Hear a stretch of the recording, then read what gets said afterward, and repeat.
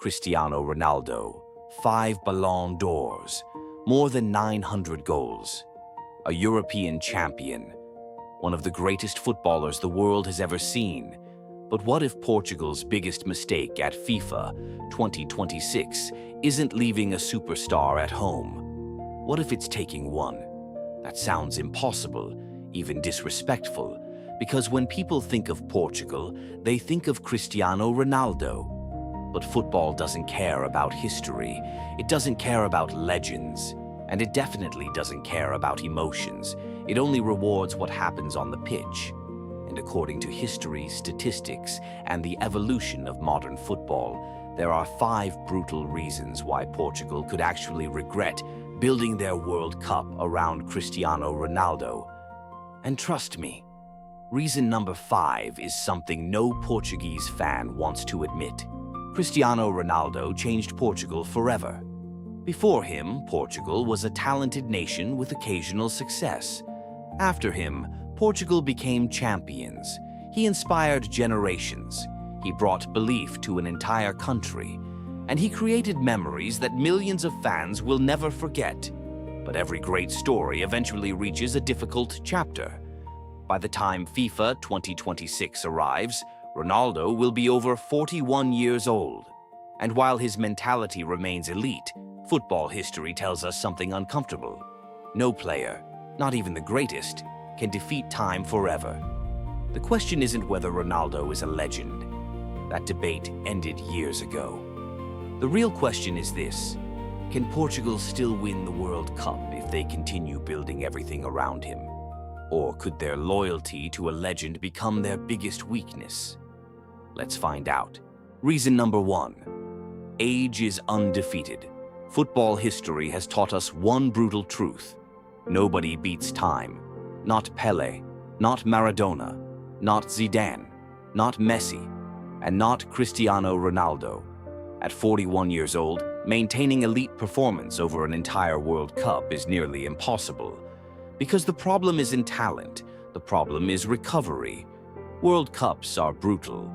Games come every few days. The intensity is insane, the pressure is unbearable, and younger players recover faster. That's just biology. Even the greatest athletes eventually lose speed. They lose explosiveness. They lose endurance. And while Ronaldo still scores goals, modern football demands much more from attackers. Teams press aggressively. Forwards must track back. They must cover ground. They must create spaces. And doing that against elite defenders at age 41 is incredibly difficult. History supports this. Very few outfield players have performed at the highest level after turning 40. And none have carried a World Cup winning side. That's because World Cups aren't won by memories. They're won by players at their physical peak. And Portugal may be asking their greatest legend to do something history says is nearly impossible. But age isn't the only problem, because the second issue could hurt Portugal even more. Reason number 2, the team may become too predictable. For almost 2 decades, Portugal had one solution: Cristiano Ronaldo. Need a goal? Find Ronaldo. Need inspiration? Find Ronaldo. Need a miracle? Find Ronaldo. And for years it worked. But modern football has evolved.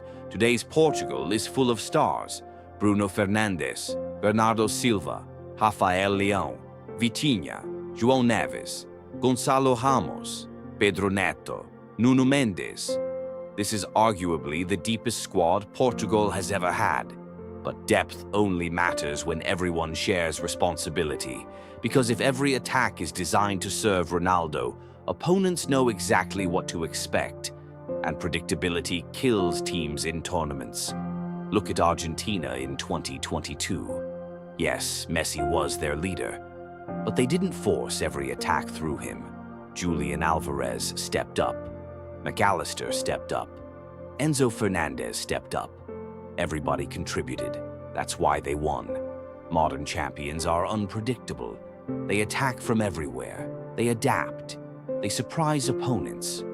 But if Portugal become obsessed with feeding Ronaldo, they risk becoming one-dimensional.